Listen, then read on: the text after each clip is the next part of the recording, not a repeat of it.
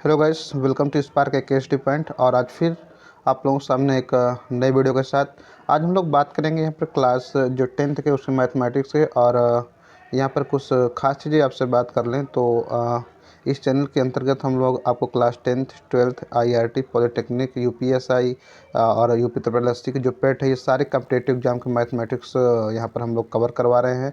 तो आपके संपर्क में जो भी आप उन लोगों के पास इस वीडियो को भेज सकते हैं और वो लोग भी अपनी जो तैयारी वो अच्छे से कर सकते हैं। बाकी यहाँ पर ऑलरेडी जो बच्चे जुड़े हैं वो लोग जानते हैं कि इस प्रकार से यहाँ पर पढ़ाई होती है, ठीक।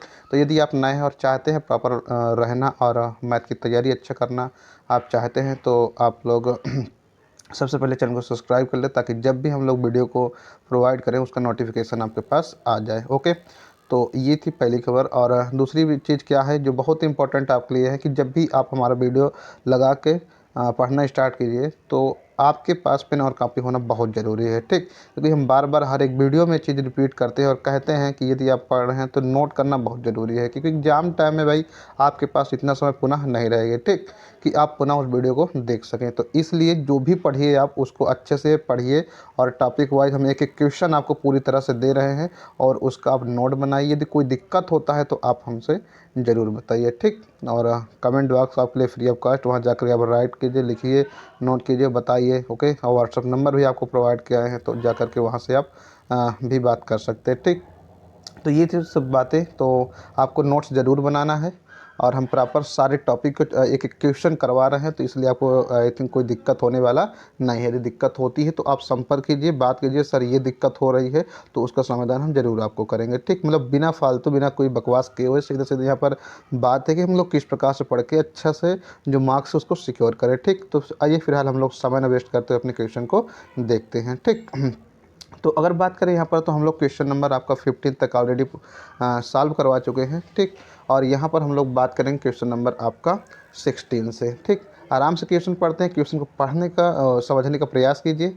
ओके, यदि क्वेश्चन आपको समझ में आ गया तो आराम से सॉल्व कर ले जाओगे। जो बच्चे इसका जो प्रॉपर वीडियो है स्टार्टिंग से लेकर के अभी तक देखा वो क्वेश्चन को बहुत इजीली सॉल्व कर सकता है, ठीक। जो बच्चा भी नहीं देखा तो उसे थोड़ा सा दिक्कत आने वाला है, तो फिलहाल कोई बात नहीं, आप सारे कंसेप्ट को अच्छे से समझिए, पकड़िए। हम प्रयास करेंगे तो ये पूरा आपको समझ में आए, ठीक। तो चलिए स्टार्ट करते हैं।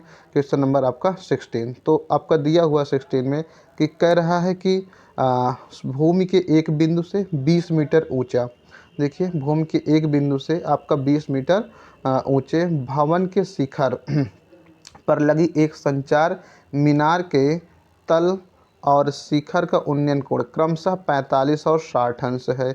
दो चीज़ यह है, आपका जो उन्नयन कोण है नीचे जो बनता हुआ आपको कितना है, 45 और 60 है।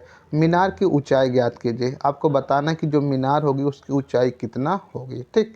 तो आइए इसको हम एक डायग्राम के माध्यम से आपको समझाते हैं, ठीक। हाँ, चलिए डायग्राम में ले चलते हैं स्टडी, ठीक है। देखिए यहाँ पर दो चीज़ है, ये आपका जो सीढ़ी है ये क्या है, संचार मीनार है, ठीक। ये जो सीढ़ी है वो आपका देख लिए ऊपर दिया गया है। जो भवन की ऊंचाई वो को बीसी है, जो सीढ़ी हो क्या है आपका जो संचार या मीनार है, ठीक है, उसकी ऊंचाई है। तो जो सीढ़ी हो गई वो आपका क्या हो गया, ये देखिए ये आपका ये वाला टर्म यहाँ से यहाँ तक, ये जो ऊंचाई है भवन की ऊंचाई है। ओके, तो अगर कोई पूछता है तो भवन की ऊंचाई क्या है तो आप सीधा बोल देंगे 20 सेंटीमीटर, मतलब 20 ही होगा। अगर संचार की बात करें तो वो आपका कितना क्या हो जाएगा, सीढ़ी हो जाएगा। तो आई थिंक यहाँ से दो बात आपकी क्लियर हो गई कि संचार क्या हो गया, भवन क्या हो गया। उसके बाद इसने कहा है कि यही संचार का शीर्ष, तो संचार का शीर्ष हो जाएगा भवन का शीर्ष। ये इससे जो बना कोण है वो कितना है, 45 और 60 है, ये दोनों है, ठीक। ये चीज़ क्लियर हो गई। अब आपको बताना है कि जो डीसी है, क्या जो आपका डीसी है ये वाला टर्म, इसकी ऊंचाई कितना होगी, ठीक। तो इसके लिए सीधा सीधा आप समझ सकते हैं, जो नीचे क्या दिया हुआ ए बी आधार है, तो सबसे पहले आप ये वाला राइट ट्रायंगल लगा लीजिए और यहाँ से आप ए बी फाइंड आउट कर लीजिए। अब ए बी पता हो जाएगा फिर आप ए बी और डी लगा लीजिए, तो ए भी आपका क्लियर हो जाएगा। चलिए एक एक हम लोग करते हैं। तो सबसे पहले हम लोग लेंगे त्रिभुज जो है आपका ए बी सी, ठीक, यहाँ पर देखिए आप त्रिभुज ए बी सी, तो ये ए हो गया, ये बी हो गया और सी, मतलब ये नीचे वाला त्रिभुज। ओके, तो जब हम ए बी सी लेंगे तो ये वाला जो टर्म है आपका लंब है, ये वाला जो टर्म है वो आधार है। तो tan 45 यहाँ पर tan इक्वल जो tan होता है वही के इक्वल हमारा एल बाई ए होता है, तो इसलिए हम लोग यहाँ tan ले लिए। चूँकि यहाँ पर आपका tan बराबर जो लंब है वो क्या है, बी सी है, ये देखिए, तो हम लोग ये बी सी रख लिए और जो आधार है वो ए बी है, तो हम लोग ये ए बी रख लिए।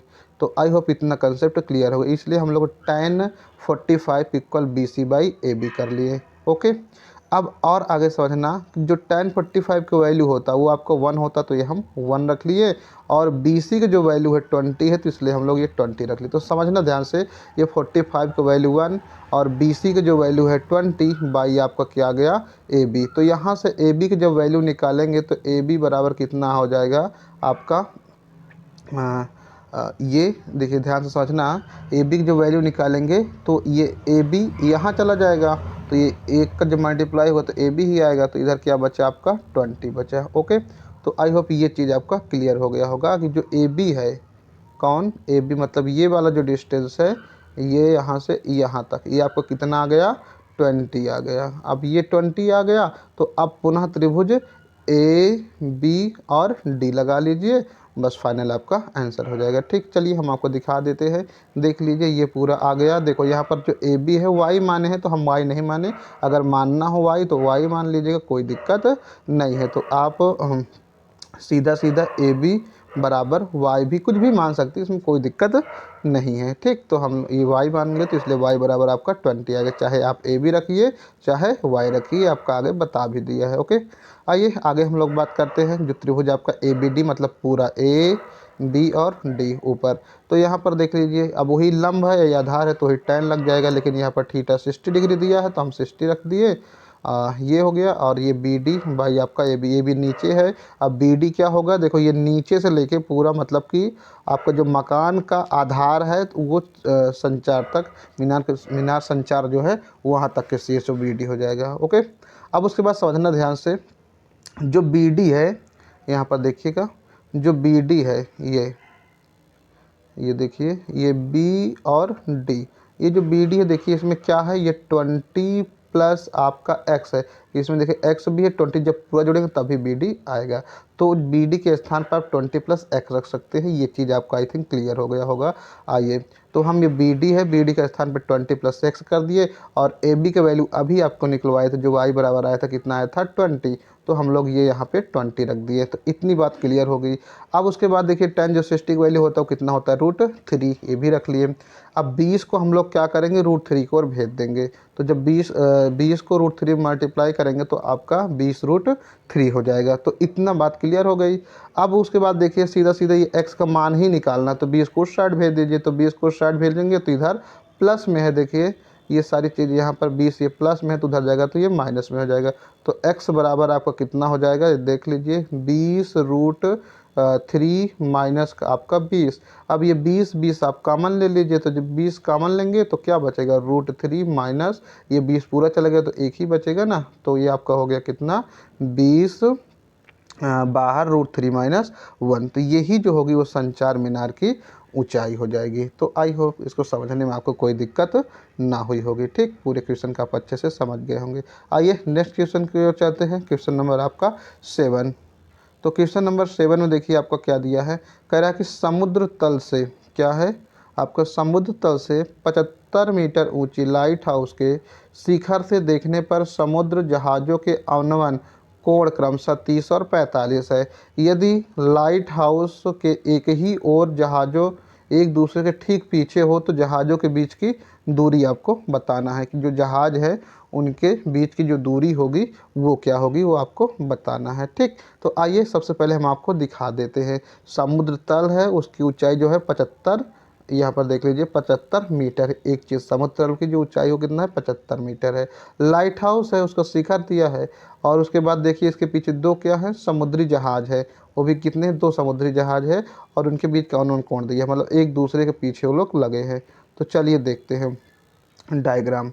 तो देखिए ये आपका ऊपर ये देखिए यहाँ पर ये जो एंगल बनता है इसे हम लोग बोलते हैं अवनमन कोण।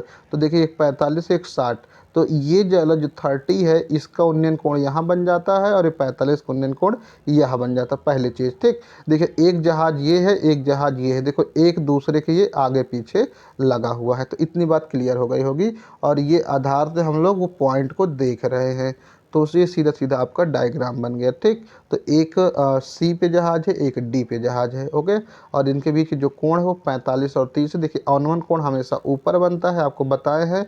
और इसी का जो एकांतर कोण होता है, 30 का एकांतर कोण आपका कौन सा बनेगा, ये वाला जो है इसका एकांतर कोण आपका ये वाले के यहाँ बना करता है और इसका जो है यहाँ बनता है। ठीक, तो ये हो गया। अब देखिए सेम वही चीज़ जो इससे पहले आप किए हुए हैं, क्योंकि यहाँ पर दिया हुआ है कि जो आपका ये समुद्र तल से ऊंचाई है वो कितना दिया है 75 मीटर। तो ये आपका 75 मीटर हम लोग ये रख लिए। ठीक है, तो इतनी बात क्लियर हो गई। और इसी चीज़ को हम लोग लैंग्वेज में लिख के दिखाते हैं जो आपको नोट करना है। ठीक, तो सबसे पहले आपको मान लेना है कि ए बी जो है वो लाइट हाउस है और ए बी की जो ऊंचाई है कितना है 75 मीटर, ये आपको दिख रहा है डायग्राम में।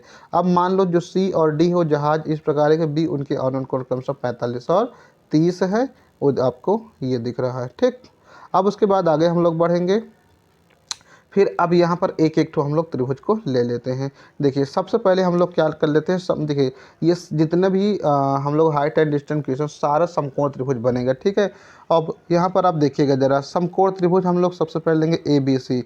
ये ए हो गया, ऊपर आपका बी है और ये सी हो गया। तो ये देखिए वही चीज़, ये लंब हो गया और ये आपका कितना हो गया, आधार हो गया। तो लंब आधार tan में रिलेशन होता है, तो ये tan का 45 हो गया, चूँकि ये जो वैल्यू है 45 तो 45 रख लिए।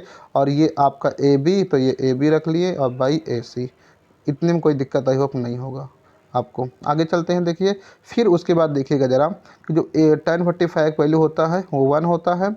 और उसके बाद जो ए बी का वैल्यू है आपको ये 75 दिए है, तो हम ये 75 रख लिए, बाई आपका ये ए सी हो गया। तो ए सी का जब मान निकालेंगे तो उसे एक में गुणा करा लेंगे, तो ए सी एक कम ए सी बाई आपका ये 75 हो गया। तो आई होप इतने में आपको कोई दिक्कत नहीं होगी। फिर उसके बाद आइए आगे हम लोग चलते हैं, दूसरा त्रिभुज लगाएंगे, कौन सा, डी ए और बी में। ठीक, और वही चीज़ फिर देखिए tan ही लगेगा कि ये लंब है, ये पूरा आधार है। और यहाँ पर देखिएगा जो आपका ए डी है, क्या ए डी है, उसे आप क्या लिख सकते हैं, ए सी प्लस आपका डी सी, दो चीज़ लिख सकते हैं ना, इतना ही। अभी इससे पहले वाला क्वेश्चन ऊपर उसमें था ना, ऐसे था x प्लस आपका 30 लिए, तो यहाँ पर ऐसे नीचे होगा तो कोई दिक्कत नहीं है।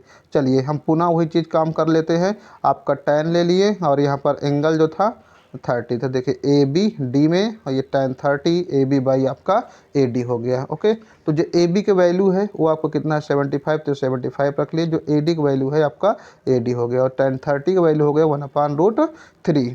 ओके, अब यहाँ से हम लोग बात करेंगे ए डी की, किसकी, ए डी की।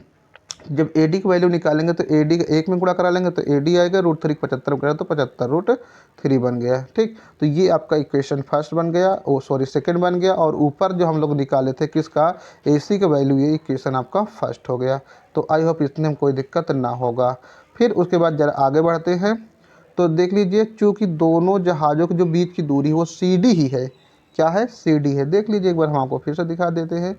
ये देखिए ये जो दोनों जहाज़ है, ये आपका ये सी डी, ये दोनों जहाज़ के बीच की दूरी है। ठीक, तो इसको आप समझ गए हैं। और देखिए लास्ट में फाइनल पूछा क्या है, पीछे हो तो जहाज़ों के बीच की दूरी ज्ञात करना है।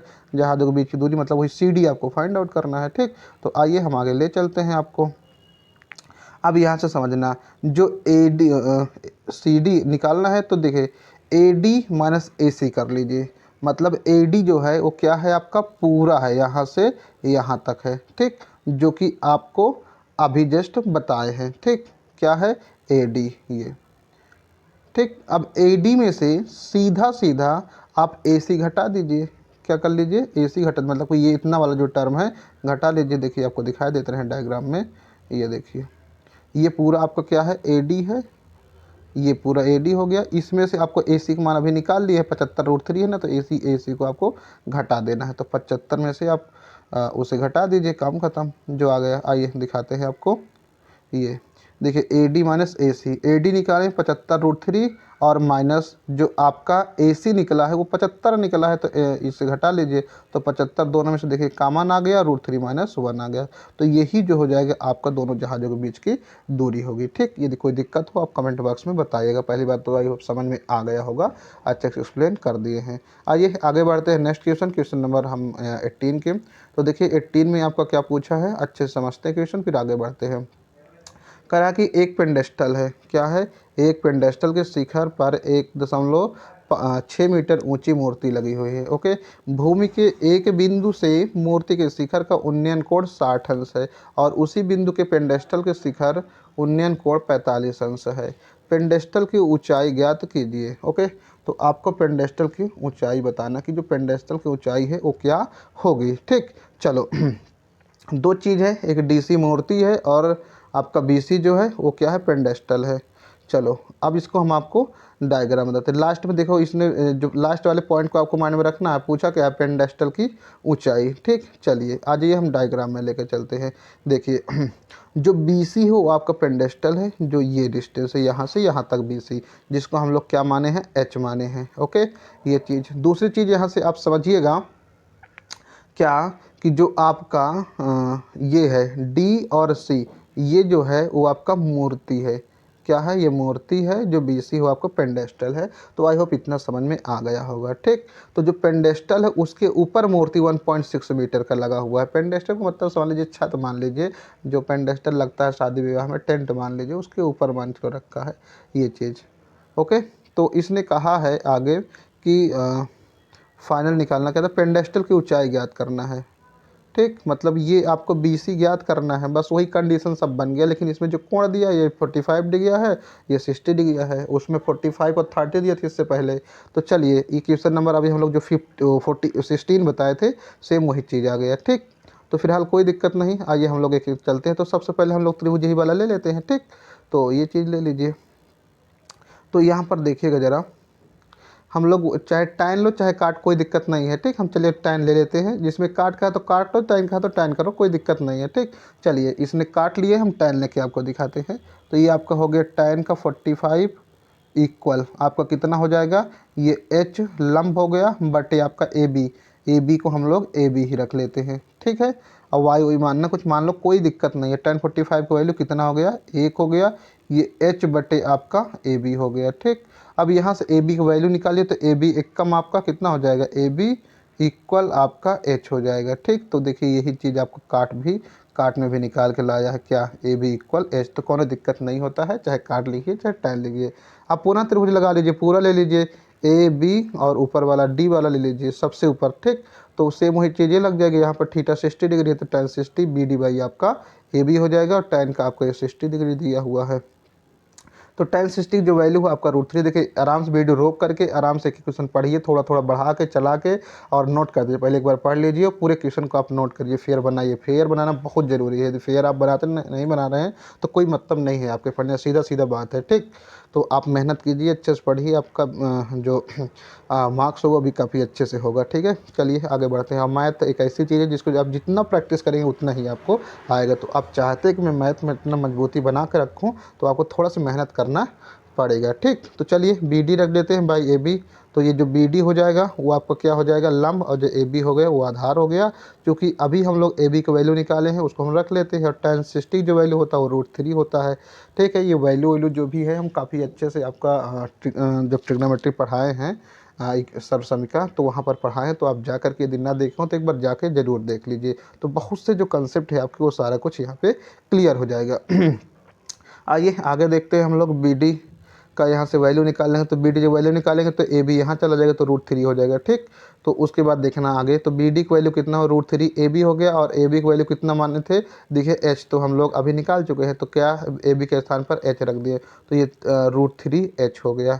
तो आई होप इतना समझ में आया होगा। और जो BD होगा वो H+16 होगा। देखिए डायग्राम से, ये देखिए आपका ये BD है यहाँ से यहाँ तक, ये H+16, तो ये देखिए पूरा BD के स्थान पर हम लोग क्या रख दिए, ये BD के स्थान पे H+16 मतलब कि 1.6 है, सॉरी। ठीक है, ये √3 और H हो गया।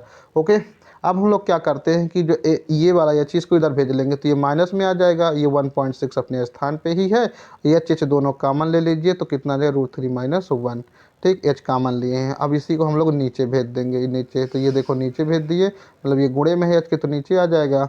अब उसके बाद देखिए हम लोग क्या करते हैं जैसे ये नीचे आ गया तो इसका परमेयीकरण कराएं, क्योंकि हम लोग जानते हैं कि रूट में इसको नहीं रखते हैं। तो अगर √3 - 1 होगा तो √3 + 1 से ऊपर भी नीचे मल्टीप्लाई करा लेंगे। तो जब कराएंगे तो देख लीजिए ऊपर √3 + 1 1.6 आ जाएगा, और नीचे देखिए जब इसको हम करेंगे, क्या ध्यान समझना, √3 - 1 और आपका √3 और +1 होता है तो हम लोग पहले का स्क्वायर लगाते हैं माइनस दूसरे का स्क्वायर, मतलब a² - b² लगा लेते हैं, ख़त्म। तो ये 3 माइनस कितना आ जाएगा, 1 आ जाएगा। ठीक है, तो यही हम लोग क्या रख लिए, ये 3 - 1 कर लिए।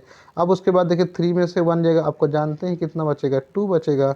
तो इसी को हम लोग 2 कर लिए, और 2 से इसको आप डिवाइड कर दिए तो आपको 0.8 √3 + 1 यही आपका फाइनल पेडेस्टल की ऊंचाई हो जाएगी। ओके, तो आई होप इसको भी आप अच्छे से समझ गए होंगे। आइए नेक्स्ट क्वेश्चन को सॉल्व करते हैं, देखते हैं क्या होता है। ओके, तो आइए नेक्स्ट क्वेश्चन में कहा है कि एक हवाई जहाज़ जो 100 मीटर की ऊंचाई पर उड़ रहा है। ठीक, एक हवाई जहाज़ जो 100 मीटर की ऊंचाई पर उड़ रहा है, पर स्थित मनुष्य उत्तर की ओर एक शत्रु की पनडुब्बी 30 सेंटीमीटर के अनुमान कोण पर तथा दक्षिण की ओर युद्धपोत को 45 अंश के अनुमान कोण पर देखता है। पनडुब्बी और युद्धपोत के बीच की दूरी ज्ञात करना है। आइए पनडुब्बी और उसका दूरी ज्ञात करना है, कितना डिस्टेंस होगा। चलो मान लेते हैं, देखिए ये जो दिया हुआ है ये पूरा जो है ऊंचाई वो कितना है आपका 1000 मीटर दिया है। अब उत्तर की ओर जो बना कोण है आपको 30 डिग्री है, और जो दक्षिण की ओर बना वो 45 डिग्री है। ओके, और यहाँ पर देखेंगे उत्तर की ओर जो डिस्टेंस होगा, मतलब इसके इस आधार से इस मतलब कि इस पॉइंट तक ये कितना हो जाएगा आपका dB हो जाएगा, कितना, ये dB हो जाएगा। और इधर DC जो है ये आपका दिया है। अब इन्हीं DC और dB को हम लोग कुछ ना कुछ मान लेते हैं। ठीक, तो DC को देखो हम लोग क्या x1 मान लेते हैं, और जो dB है उसको x2 मान लेते हैं। ठीक, आगे समझना, तो ये पूरा चीज़ हम लोग इसे x2 मान लिए, इसे x1 मान लिए। ठीक, अब सीधा सीधा हम लोग सॉल्व करा लेंगे। देखो सेम चीज़ लगा लीजिए इसमें। देखिए पहला चीज़ क्या है, एक त्रिभुज आपका ये 90 डिग्री बन रहा है, ADC बन गया। दूसरा आपका AD और उसके बाद B बन जाएगी, ये दोनों को लगा लीजिए। उसके बाद ये दोनों का आधार निकाल के आप सीधा सीधा जोड़ लीजिए, काम खत्म। तो चलिए इसी को हम लोग निकालते हैं। तो यहाँ पर देखिए ये सब मान लिया, उत्तर की ओर बना कोण 30 अंश, दक्षिण की ओर 45 अंश, CD x1 और जो DB हो आपका x2, इसी प्रकार आपको नोट कर लेना है। नोट करने की दिक्कत नहीं, आप नोट इसी से आराम से अच्छे से बनाते जाइए। बात सुनिए, ठीक है, जो मेन चीज़ है वो चीज़। आगे चलते हैं हम लोग, तो आगे देखते हैं। देखिए यहाँ पर काट 45 चाहे लगाइए चाहे टैन लगाइए, अभी इससे पहले हम लोग बता चुके हैं, कोई दिक्कत नहीं है। तो काट लगाना हो तो काट लगा दीजिए। जो काट होता है वो टैन के उल्टे होता है। अगर टैन हमारा L/A होगा तो जो काट होगा वो A/ आपका L हो जाएगा, बस हो गई, इतने दिक्कत है। अब देखिए हम इधर वाला लिए तो 45 दिखा है, तो 45 लिखेंगे CD/AD। अब जो CD हो x1 हो गया, क्या x1 दिखा देते हैं आपका। अभी ये देखिए आपका जो CD है, ये CD आपका x1 है। ओके, और उसके बाद आपका ये ऊपर जो L है वो 1000 दिए है, तो हम लोग ये 1000 रख दिए।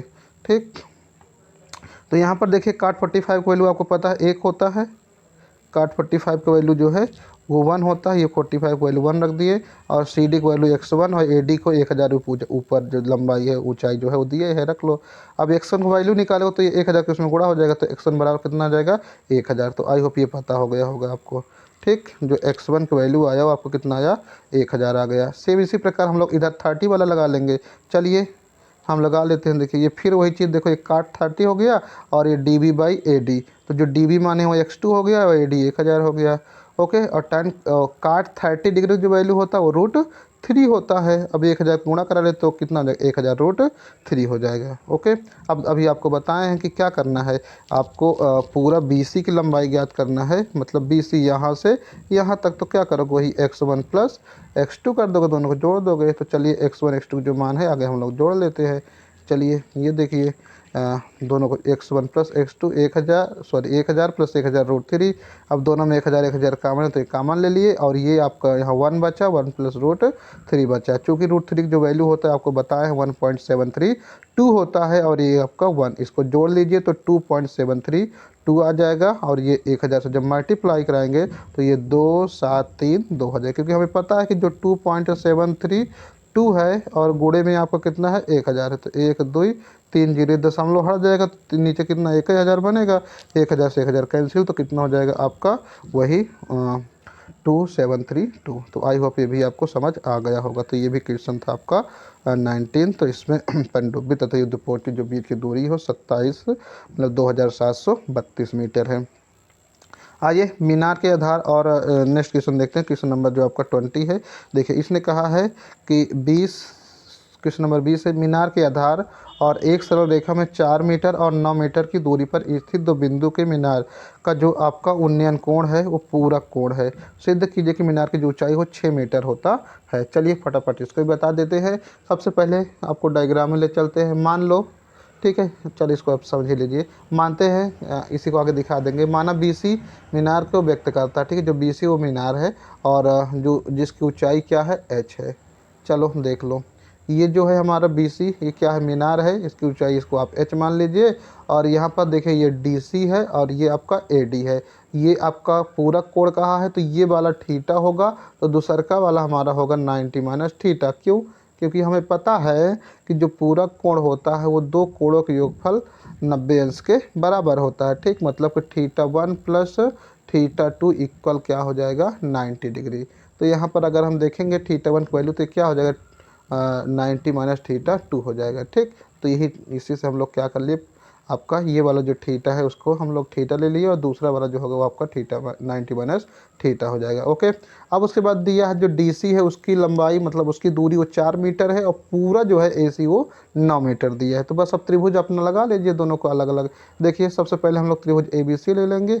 ये A हो गया, ये आपका B हो गया, और ये C हो गया। ठीक, तो ABC में आपका देखिए ये लंब है और नीचे ये पूरा आधार है, तो ये हम लोग लगा लिए tan थीटा, और उसके बाद ये tan थीटा BC बाई आपका AC, चूँकि जो BC है वो h है, AC आपका ये पूरा 9 है, तो tan थीटा इक्वल आपका h/9 हो गया। ठीक, इसी को हम लोग यहाँ पर इक्वेशन फर्स्ट लेट कर लेते हैं। ठीक, अब उसके बाद जरा आगे बढ़ते हैं, हम लोग दूसरा त्रिभुज ले लेते हैं, त्रिभुज BDC। ओके, त्रिभुज क्या BDC दिखा देते हैं आपको। देखिए ये त्रिभुज BD और C मतलब ये अंदर वाला। तो यहाँ पर देख लीजिए वही ये लंब आधार है, नीचे 4 है ऊपर h है, तो हम लोग वही चीज़ देखो ये कर लिए। ये त्रिभुज BDC, यहाँ पर BC बाई DC, और ये tan देखिए यहाँ पर 90 माइनस थीटा है तो इसलिए 90 माइनस थीटा लिख लेंगे। अब आपको पता है 90 माइनस थीटा एक काट थीटा के बराबर है, आपको पहले समीकरण पढ़ा चुके हैं प्रश्न वाली आपका 8.B में। अब BC की वैल्यू h और DC की वैल्यू नीचे 4 है, और ये काट थीटा हो गया। अब क्या करना है, इसे समीकरण हमको 2 लेट कर लेना है, और इसी समीकरण 1 और 2 को गुणा करा लेना है। तो देखिए ये h/9 और ये h/4 हो गया। ठीक, मतलब h वाले को h वाले के साथ और tan वाले को इसके साथ। ठीक हाँ, तो अब उसके बाद एक चीज़ और यहाँ से जान लेना कि जो tan थीटा होता है वो काट का उल्टा होता है, कट जाता है, तो इसके स्थान पर कितना आ जाएगा h आएगा, 1 आ जाएगा, h के h में कराएंगे तो h² 9 को 36, तो 36 से कम आपका 36 हो जाएगा। चूँकि इधर आपका क्या है स्क्वायर लगा है तो आपका ये स्क्वायर हो गया। उसके बाद यहाँ पर जब इसका निकालेंगे अंडर रूट तो कितना हो जाएगा 6। तो यहाँ से प्रूव होता है कि जो आपका मीनार की ऊंचाई हो क्या है 6 मीटर है। ठीक सॉरी चलिए आइए इस टॉपिक का हम लोग लास्ट क्वेश्चन को देखते हैं। क्वेश्चन नंबर जो है आपका 21। तो 28 में देखिए करा कि एक मीनार के पाद बिंदु से एक भवन के शिखर का उन्नयन कोण 30 अंश है, और भवन के पाद बिंदु से मीनार के शिखर का उन्नयन कोण 60 अंश है। यदि मीनार 50 मीटर ऊंची हो तो भवन की ऊंचाई ज्ञात कीजिए। ठीक है, मतलब इस टॉपिक को भी आप अच्छे से पढ़ चुके हैं। इस टाइप के क्वेश्चन एक आई थिंक ऊपर आ चुका है। ठीक, तो एक मीनार है उसके पाद के भवन के जो शिखर का उन्नयन कोण 30 अंश है, मतलब एक तरफ से 30 अंश बना है, दूसरी तरफ से आपका 60 अंश बना है, और जो मीनार की ऊंचाई हो 50 मीटर, तो भवन की ऊंचाई ज्ञात कीजिए। चलिए, तो जो AB है देखिए यहाँ से जो ए बी है वो आपका क्या हो जाएगा, भवन की ऊंचाई हो जाएगा ये वाला, उसको हम लोग क्या मान लेते हैं, एच, यही को ज्ञात करना है। और जो मीनार की ऊंचाई सी डी है वो आपका कितना है, 50 मीटर, ये आपका दिया है।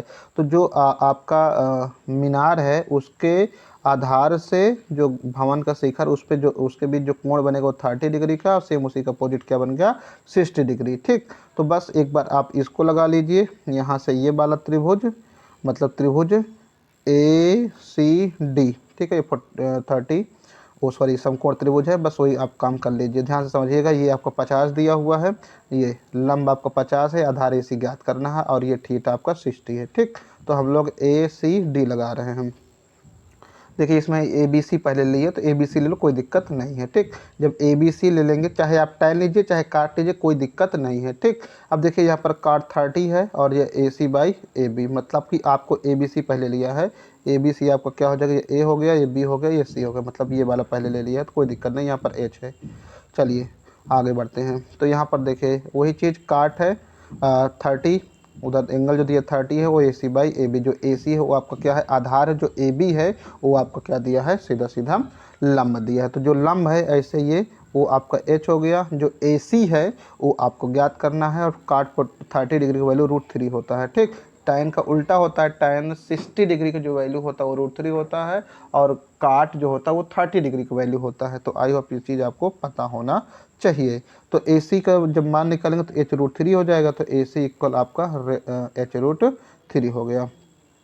अब हम लोग डी सी ए में लगा लेते हैं, इसको इक्वेशन फर्स्ट लेट कर लीजिएगा। ठीक, अब उसके बाद देखिए त्रिभुज पुनः समकोण त्रिभुज डी सी ए में, अब वही tan 60 डी सी बाई आपका ए सी हो जाएगा। जो डी सी है ये मीनार की ऊंचाई है, वो आपको 50 मीटर दिया है, नीचे आपका ए सी, ये वाला नीचे ए सी हो गया, और उसके बाद tan 60 की वैल्यू आपका √3 दिया है, तो रख लीजिए। ओके, तो ए सी जो वैल्यू निकालेंगे तो 50/√3 आ गया। तो आई होप इतने में कोई दिक्कत आपको नहीं होगी, और इसी को हम लोग क्या मान लेते हैं, इक्वेशन सेकंड मान लेते हैं। अब समीकरण 1 और 2 से हम लोग सॉल्व कर लेंगे। देखिए ए सी तो इक्वल 50/√3 है, तो 50/√3 ऊपर जो ए सी का वैल्यू है वो आपको कितना पाए थे, √3h। ठीक है, समीकरण 1 में, तो ये दोनों को हम लोग बराबर कर लिए। ठीक, अब इस √3 को जब इधर भेजेंगे तो आपका कितना हो जाएगा, 3 बन जाएगा। ठीक, अब जब देखेंगे 3 बनेगा तो h बराबर ये 50, उसके बाद नीचे भेज दिए तो 50/3 हो जाएगा, 3 से भाग कर दिए तो 16 सही 2/3 आ जाएगा। ठीक,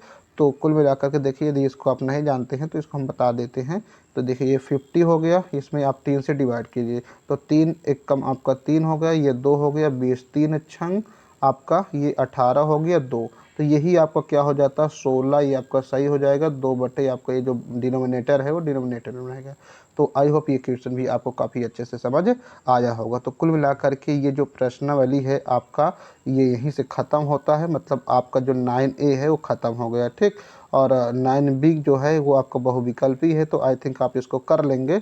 यदि कोई दिक्कत होगा तो आप कमेंट बॉक्स में बताइएगा, तो इसको हम इसका भी सलूशन आपको दे देंगे। ठीक है, तो फिलहाल हम लोग इस वीडियो को यहीं तक रखते हैं, और फिर से यदि आप नए हो तो चैनल को सब्सक्राइब कर लीजिए, और आपके संपर्क में जो भी क्लास 10 12 IIT मतलब किसी भी कॉम्पिटिटिव एग्जाम को तैयारी कर रहा हो तो आप उसको एक बार बता सकते हैं कि हाँ इस चैनल में पढ़ाया जाता है, और आकर के अपने फ्री ऑफ कॉस्ट पूरी तैयारी कर सकते हैं। ठीक, तो फिलहाल हम लोग अब इस वीडियो को यहीं तक रखेंगे, और ठीक है, तो फिलहाल आप अच्छे से पढ़िए, नोट्स बनाइए, जस्ट एंजॉय कीजिए। ठीक है, लेकिन पढ़ते रहना है, और आपका जो टारगेट बना कर रखिए, ठीक है, आपका 90+ रखिए, कम से कम मैथ में 90+ बना कर रखिए, और उस पर वो काम कीजिए। तो आई थिंक आपका ज़रूर जो गोल होगा वो कंप्लीट होगा। ठीक है, तो फिलहाल just take care and enjoy.